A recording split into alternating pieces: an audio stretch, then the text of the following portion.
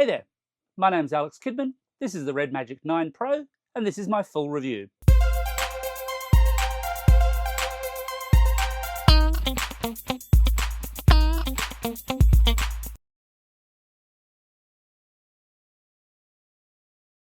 So I mentioned in my unboxing that the RedMagic 9 Pro had a kind of 90s PC game box aesthetic, and look, honestly, I'm sticking to that. It really does feel to me like a kind of throwback design. Now, that's not a bad thing. It's just a thing that you have to consider when you're working out whether or not this is the right phone for you, because it is an unusual sort of design. I mean, I guess the Nothing phones are sort of close in a way, but this is a gaming phone that very much screams, hi there, I am a gaming phone, straight in your face. At the front here, you're faced with a 6.8-inch display, 120 Hz capable, with an in-display fingerprint reader that works nice and quick. Doesn't fail to remind you that it's 120 Hz either. And look, it's a visually nice, very pleasant display with one big selling point, and that's the fact that you can't really see a camera notch on this, can you? You can't see a hole punch. There's no obvious space for the selfie camera, and that's because it's an in-display selfie camera. I'll get on to the challenges of in-display front-facing cameras in a little bit. But let's turn this phone to its sides, and it's the right-hand side really where all the action is taking place, because you've got dual haptic triggers, you've got your standard power button and volume, you've got fan outtakes, and you've got this red switch, which is used for switching between regular Android and the Game Lobby launcher. And when you do that, you get this fancy animation, takes a little bit of time to get through, and then it'll go into the actual thing, and then when you come back out, it just drops straight back out of there. But not a bad inclusion within the software. I will say, though, that this is a fairly slippery phone, and not helped by the fact that, of course, there's no camera bump at the back, so your hand is not actually going to catch on that. Now, I do have the case on here, although I've got to say, as cases go, this is about as minimal as they come. This is not providing a great deal of protection. Now, obviously, having those triggers, having all those controls on that side does make it trickier to put a full protective case on this phone. But something that thin, it's not doing a whole lot. One of the more interesting inclusions here, let's get the case back on properly, Alex, is the fact that it's actually still got a 3.5mm headphone jack. You just don't see that in the premium space. And while the RedMagic 9 Pro is priced more competitively than a lot of flagships, even more competitively than some competing Android gaming phones, it's still a rarity to see these days. Obviously, a nice thing if you've got 3.5mm headphones, especially like gaming headphones or something that you like using for those purposes. One other drawback with this design, as cool as it looks, is that there's no onboard or no rated IP water protection or dust ingress protection. And that's, again, a slightly surprising thing for a phone that costs more than $1,000. You usually see it. Although, again, on gaming phones, it's sometimes omitted because the way they work with fans, the way they want to do the cooling, means it's not really possible to do that. But basically, this is a phone you should not get wet. Now let's jump to the camera. So gaming phones often trade away camera performance in service to their primary gaming functions. And look, the RedMagic 9 Pro doesn't really buck that trend, even though it does offer up some camera features not found in other phones, gaming or otherwise. So at the rear here, we've got a primary 50-megapixel wide sensor with optical image stabilization, a 50-megapixel ultra-wide sensor, and the inevitable 2-megapixel macro lens. And then, of course, at the front here, as I've already mentioned, you've got an in-display 16-megapixel front-facing selfie camera. And look, that's a real choice. And I'm going to deal with it first because it's an interesting choice. So far in the wider market, only Samsung's really bothered with this concept of having a front-facing selfie camera on its Z Fold phones. And there they've opted for a low-megapixel, generally fairly awful camera, which was okay-ish, I suppose, if you had to do like video meetings and stuff like that, but you wouldn't want to take any actual photos with it. Because with a folding phone, you can flip things around, you can make it good because there's always a few more lenses. You don't have that luxury here. And despite the bump up in megapixels, yeah, the selfie camera on this thing is pretty awful. You always end up with a hazy tone. It does weird things with lighting. It has just so many problems. It's just, frankly, not worth using. It's rare to have to say it in this day and age, but I would rather flip this phone over and try and take a selfie that I can't see with this than use the in-display selfie camera. But I get why it's there, because again, it's in service to the gaming. Now, the funny thing here is in terms of still photos, and I'll show you some here, the RedMagic 9 Pro does okay. Its low light performance is reasonable. Those wide and ultra wide cameras do okay. Macro a little bit less so, but that's often the way with macro lenses on any camera, especially those 2 megapixel sensors, which just seem to infest the budget range at the moment. Not the same story for video though. Lots and lots of distortion. So I'll throw up some video here that I shot on the phone. And yeah, it's not good for video. This is not a good phone for capturing video. For basic stills, it's fine. For selfies, it's bleeding awful. For video, likewise. That's very much the story with many gaming phones though, and it's the trade-off you've kind of got to accept. So under the hood, the RedMagic 9 Pro runs on the Qualcomm Snapdragon 8 Gen 3 with an Adreno 750 GPU and either 12 or 16 gig of RAM, depends on the model you buy. The Sleep version is the 12 gig with 256 gig. The Cyclone and Snowfall versions, and this is the Snowfall I've got, is 16 gig with 512 gig of onboard storage, with Android 14 running ZTE's own RedMagic OS 9 on top of it. And look, a lot of gaming phones run with their own optimization-heavy launchers in play. And look, RedMagic OS 9 isn't to my personal taste. I'm much more of a clean Android camp kind of guy, but it's certainly functional for pushing the gaming mission of the phone itself. One concern I do have here is the update question. While the RedMagic 9 Pro is running current Android, there's no mention of any future OS upgrades. Some suggestions online that RedMagic seems to do about 2 years of upgrades, but no promises to that effect. And at the time of writing and shooting this video, the RedMagic 9 Pro that I've got only has the February 2024 security updates in it. That's not great considering we're right at the end of May as I'm recording this.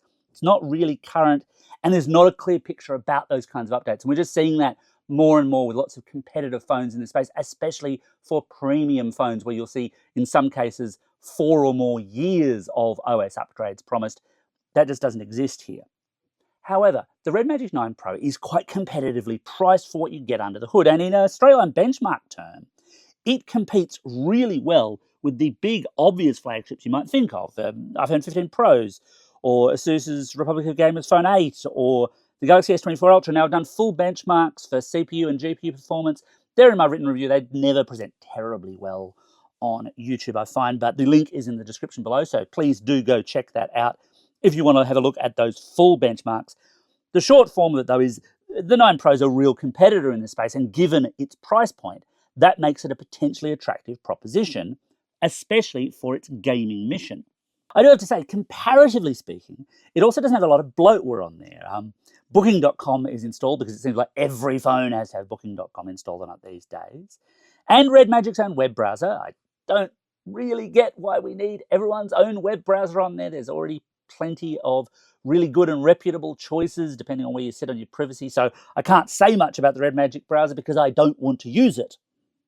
But still, it's not a huge quantity of bloatware. Fairly easy to work around if you don't want it. And look, it shouldn't come as any surprise that the RedMagic 9 Pro is beautifully responsive for everyday apps, but no one's buying it just to be another dull social media and web browser phone, let's face it. It's all about the games, and the best way you optimize that is by hitting that red switch and launching its game lobby application. You do get that short pause while doing so. I'm not a big fan of that, but it does allow you to set a whole lot of gaming variables, from fan speeds to custom controller profiles and more. And there's also, well, there's Mora. I can't say I'm a big fan of Mora because I'm not. I mean, haven't we moved past this sort of thing, perhaps? It's a bit, yeah, it's on the nose.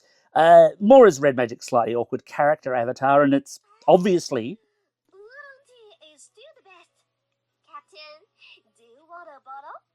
No, I don't. As I was saying before I was so rudely interrupted, Mora's RedMagic's slightly awkward character avatar, and she's designed to hook in the kinds of teenage boys who are likely to get excited about a set of digital bouncing memories in a faux schoolgirl outfit. You can dress her up, it's just, yeah. It doesn't do it for me, it's clearly not for me, but I really wish we were past this kind of thing in gaming because, here's a shock, lots of women game too. Just a spoiler there.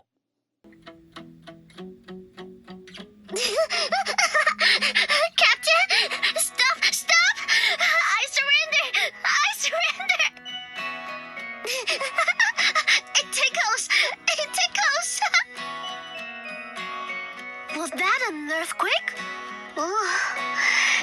just the captain's prank. That out of the way, look, the RedMagic 9 Pro works really well as a gaming phone. All sorts of games will run really nicely on it and generally flawlessly. The top triggers work well and you can do a lot of customization with them, which is quite handy, although it is worth noting, of course, they're really only 2 buttons. Now, generally speaking, I've just had them as single tap motions, but you can do a little bit more with them if that's to your taste. I would still suggest that a lot of people are probably going to want to use game controllers with these, and that's where this phone gets a little bit interesting. So if you've got a sideways mounted gaming controller like this Nikon rig that I've got here, that's just connected via Bluetooth, then all is fine. All works fairly well. Obviously, this is not a game that's taxing it massively, but it all functions nicely. It all fits quite well. However, not all mobile gaming controllers work that way. An awful lot of them work via vertical clips. So let's switch to one of those. So here we have the trusty and incredibly cheap Anko wireless controller, but it's a good example of the form, of the style. I'm not really reviewing the controller here. You can go and check my review of that out if you wish. And the issue here is these buttons, because there's really not a good spot to place the phone where it's going to balance properly, where in fact the top of a clip is not just going to hit that button straight away and switch the phone off, exactly as it's done there. That's a problem. So essentially for this style of controller, you're going to need a stand or similar for this to actually function at all, or you're going to need to go for that switch style side-mounted controls. I will also point out it's a fairly wide phone, so some of those side-mounted controls that do connect through to USB-C, so they charge the controller and you can run cables through and so on, will not automatically fit in every instance. I have hit a couple of those that don't fit all that well. Still, overall, as a gaming phone, this is really good to use within the constraints of what Android gaming can do. You'll basically be able to run everything pretty much full tilt. The one thing here I should comment on, though, is the fan, because the fan's quite noisy. When you switch it on, you get this silly revving noise. I know it's a bit of fun, I suppose, really. But when it's actually in operation, it's probably not going to pick this up too well here.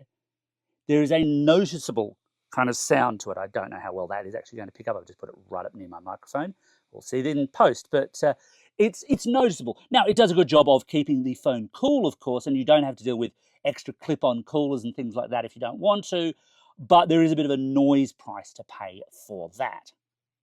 Still, overall, this is a really pleasant gaming phone to use. It's a lot of fun. I mean, and that's what gaming should be. It's fun. This is a phone towards that kind of task. But what about battery life? So the RedMagic 9 Pro doesn't muck about when it comes to battery capacity, with a 6,500 milliamp hour battery pack sitting inside its frame. That's a lot of battery power. And look, it's not unheard of for gaming phones to offer more battery capacity, although I'm pretty sure this is the first phone I've tested that's cracked that 6,000 milliamp hour battery life barrier. But then again, of course, it's all that question of what you do with it. So, for example, running this through my standard YouTube 1 hour battery test, it absolutely stomped it. It lost like a percentage point of its battery life. Basically nothing, but then, even though comparatively, yes, that puts it right up in the upper echelon, it had a larger number to start with, and if you scale for that, it's doing about the same as most other comparable phones. And let's face it, video again is not the point here. Gaming is the point. The bigger picture here is that nobody buys a gaming phone if they're not going to game on it, and probably pretty extensively. Throwing heavier duty Android games at the RedMagic 9 Pro will both sap the battery and put the fans into overdrive, which also has a slight impact on battery life, of course. But it's all relative as well. So can I turn this phone into a flat brick within a day with heavy gaming? Yeah, absolutely. On moderate gaming, will it last the distance? Yeah, absolutely. On lighter days when I've not gamed that much, does it still have plenty of power left at the end of the day? Totally. That is all fine, that is all good, that all works really, really rather well. Then we come to the charging question, and one of the disappointing things about the RedMagic 9 Pro is that there's no onboard wireless charging. Lots of flagships. Basically, every phone that you can get that's going to cost you more than about $1,000 Australian typically has wireless charging these days. This doesn't. It's completely omitted from this phone. Again, not totally unusual for your gaming phones, but kind of missed, shall we say. That means that you're stuck with wired charging, although wired charging is typically faster, and this certainly does have a nice fast charger in the box. And here it is. It's an 80-watt unit, and the one they've sent me has a US plug. Not so useful for Australian audiences, although I will point out RedMagic actually says that if you order one and get it shipped to Australia from them, it should come with an Australian plug. Mine certainly hasn't. So, of course, I have to turn to a handy-dandy plug adapter to get the job done. Let's just plug that in, because you do get the fun spectacle, and I mean quite a few of these very fast charging phones do this, but you do get the fun spectacle of watching it charge in real time. Along with, of course, engine revving noises, because who doesn't love an engine revving noise? But I'm not going to lie, it is fun watching those battery numbers tick up. It does charge really rather nice and fast, and in my experience and my testing, it's also played perfectly nicely with other chargers. Maybe not quite as quick, but it has recognized higher capacity chargers and put more power through as quickly as it's been able to do so. So that's all good too.